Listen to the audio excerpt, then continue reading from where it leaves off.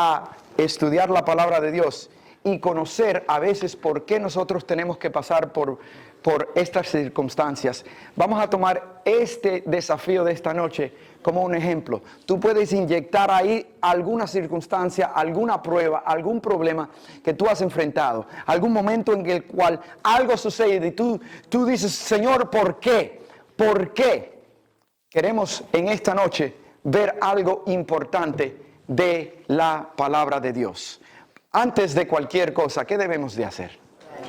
Vamos a orar y pedir la bendición de Dios a pesar de los desafíos. Estos son problemas que Dios tiene otro plan y nosotros simplemente tenemos que escuchar la voz de Dios. Oremos. Querido Padre, en esta noche estamos completamente sujetos a usted. Pedimos que usted tome la victoria en medio de la prueba. Todas las cosas a los que Dios ama, todas las cosas nos ayudan para el bien. Amén. Sabemos, oh Dios, que en esta noche todo saldrá para la gloria y la honra suya. Ruego que nos bendigas en el nombre de Jesús. Amén. Amén. Amén. Les invito de que vayamos al libro de Santiago. El libro de Santiago, y vamos a ir al capítulo 1. Ahí mismito. Santiago, capítulo 1, y vamos a comenzar en el versículo 2.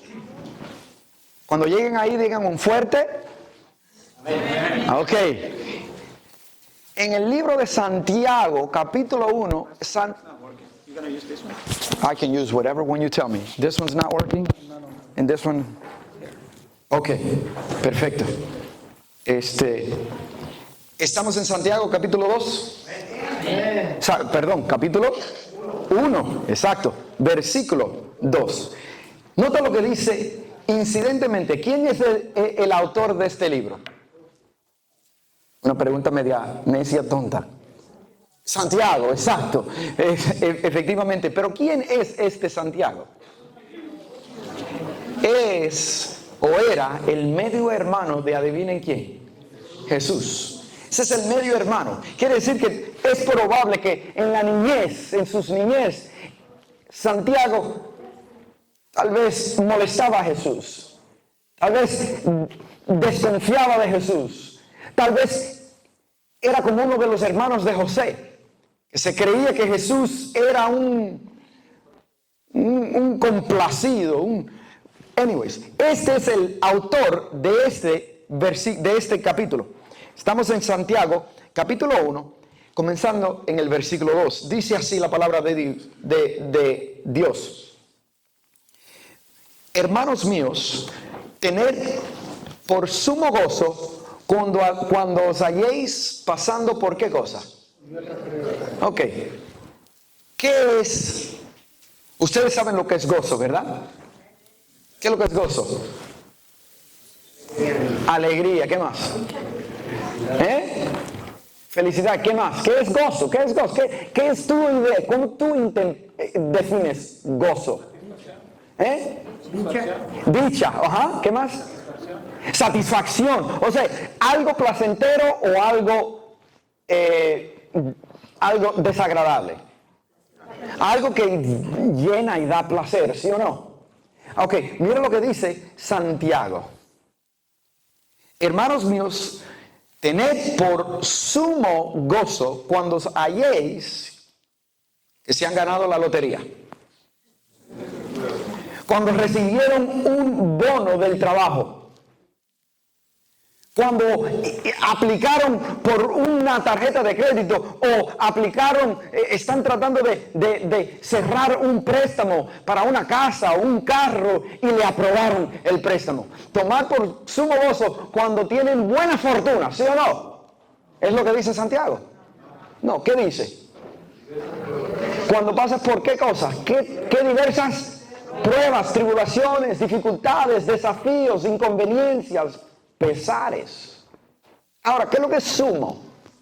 No me vengan un japonés luchando en Japón. No es ese tipo de sumo.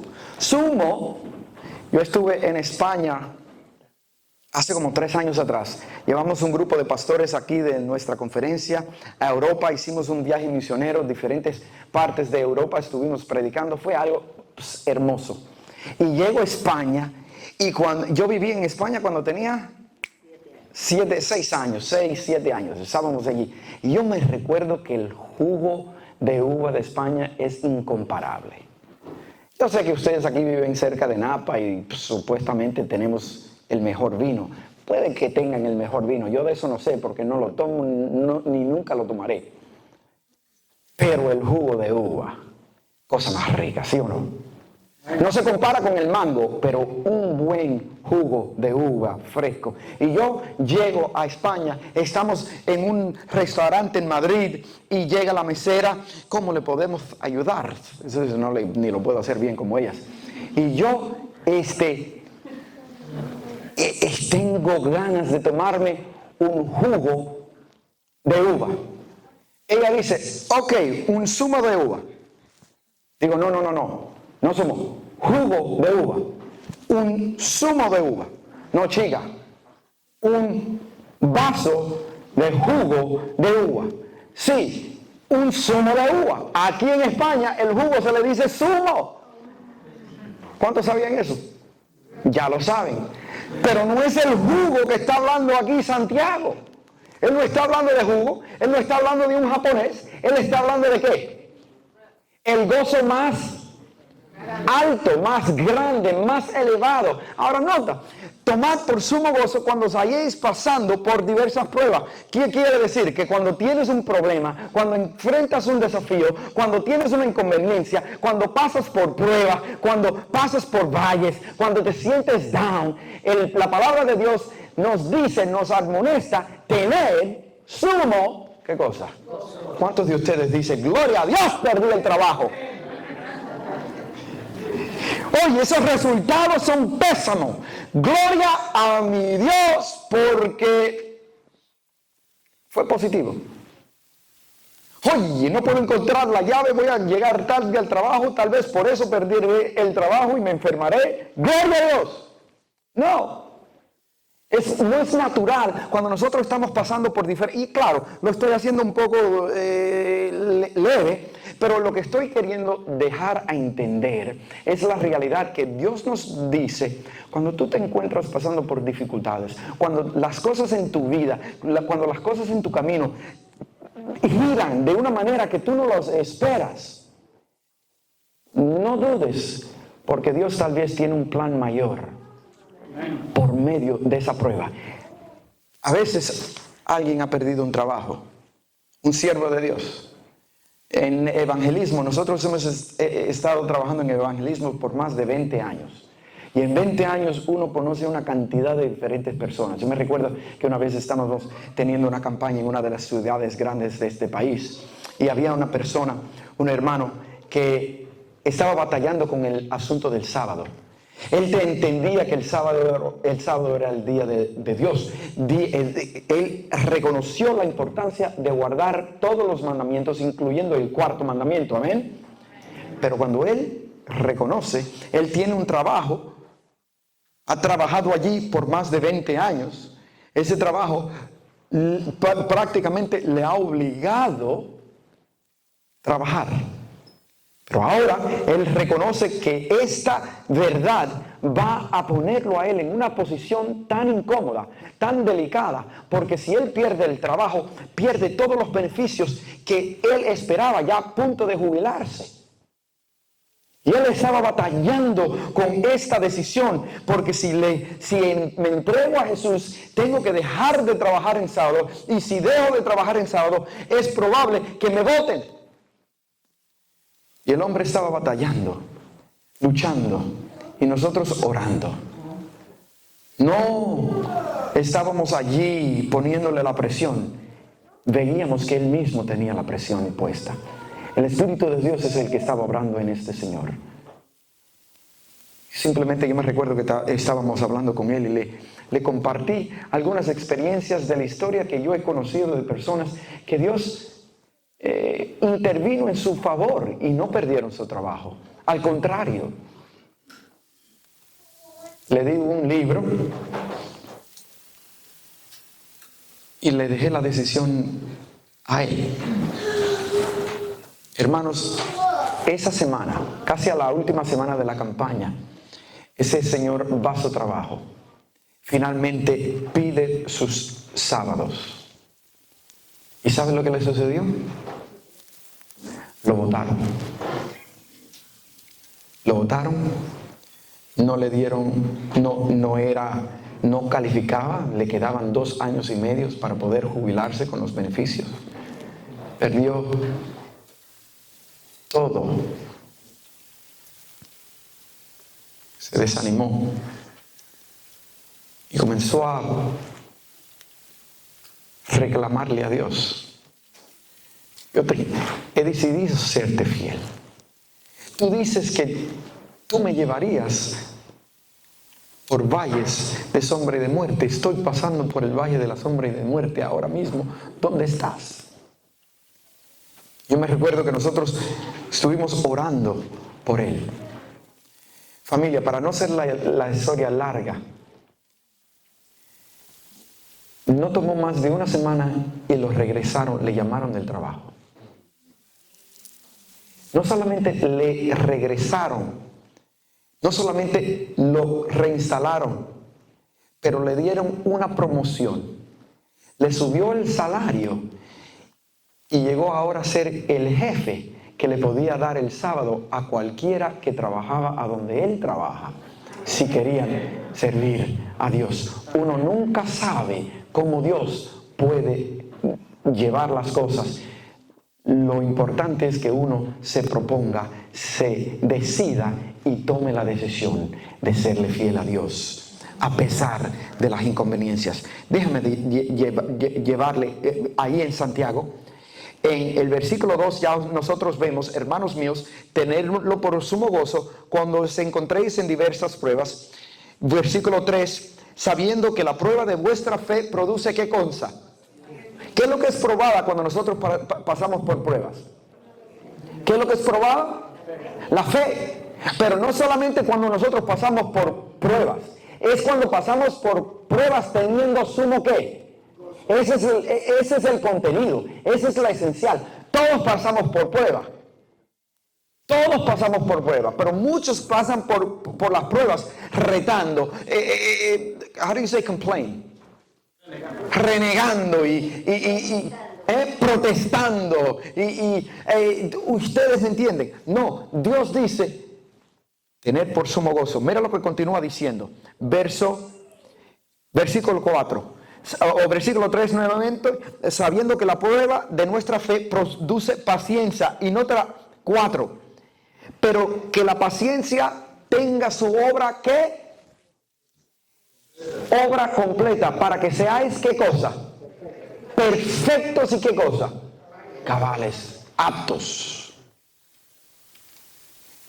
Tener la posibilidad y el poder de ser cabales, no quedando atrás en nada, pasando por pruebas, teniendo sumo gozo, produce en nosotros ¿qué cosa? Paciencia. Ahora, ¿cuán importante es la fe? ¿Y qué es la fe? De acuerdo a tu concepto, de acuerdo a tu pensar, ¿qué es fe? ¿Qué es la fe? Ayúdame. Confiar, ¿qué más? Creer, ¿qué más? Certeza. Me están dando muy buenas definiciones bíblicas, ¿verdad? Porque la fe es la confianza de lo que faith is of substance of things hoped for, the evidence of things not seen. Translate that. La fe es la certeza de lo que se espera y la confianza y la convicción de lo que no se ve. Es algo que tú no puedes describir, es algo que tú no puedes poner en términos tangibles. La fe no es algo que tú puedes tomar en tu mano y decir, esta es la fe. La fe es una experiencia. Ahora, en estos minutos que nos quedan, quiero nosotros que examinemos algunos ejemplos de lo que la fe es y de lo que la fe no es. Es importante, especialmente enfrentando los peligros de los últimos días. Cuando nosotros hablamos de la fe, ¿a dónde generalmente, en qué parte de la Biblia nosotros generalmente vamos? Al libro de Hebreos y capítulo, vamos para allá, rápidamente. Nota lo que dice Hebreos 11 y vamos a ir a Hebreos capítulo 11.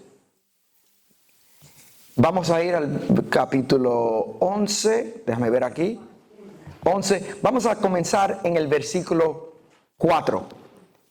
Hebreos, ¿qué capítulo?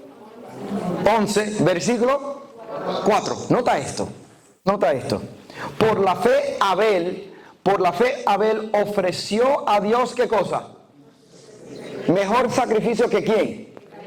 Que Caín. ¿Quién era Abel? Hijo de... ¿Y quién era Caín? Hijo de... Caín y Abel eran... ¿Quién mató a quién? ¿Por qué Caín mató a Abel? Por envidia.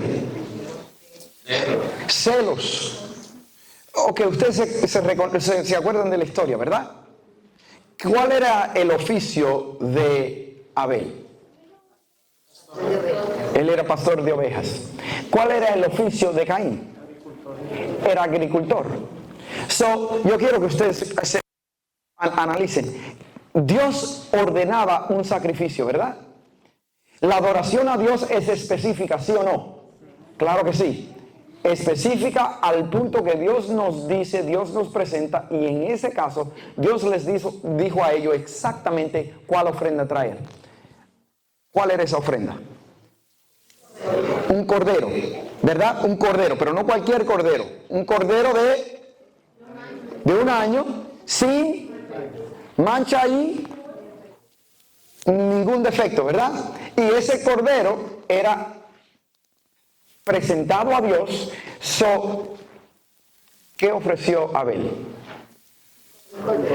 El cordero, ¿verdad? ¿Y qué ofreció Caín? ¿Por qué tú crees que Caín ofreció el cultivo de la tierra a Dios? Dice aquí: mi madre quiso hacer su voluntad. ¿Qué dice usted, mi hermano? Lo que producía y quiso brindarle a Dios su cultivo, su mejor cultivo. Ok, yo creo que ese es un punto muy importante. Caín pensó que sería mejor entregarle a Dios lo que uno siente que es lo mejor para uno. Él determinó: yo sé que tú deseas un cordero, pero estas son las frutas que yo he cultivado. Te voy a ofrecer lo mejor de todo mi campo. Te voy a ofrecer las mejores de las mejores. Él quiso hacer lo que él pensaba que era mejor.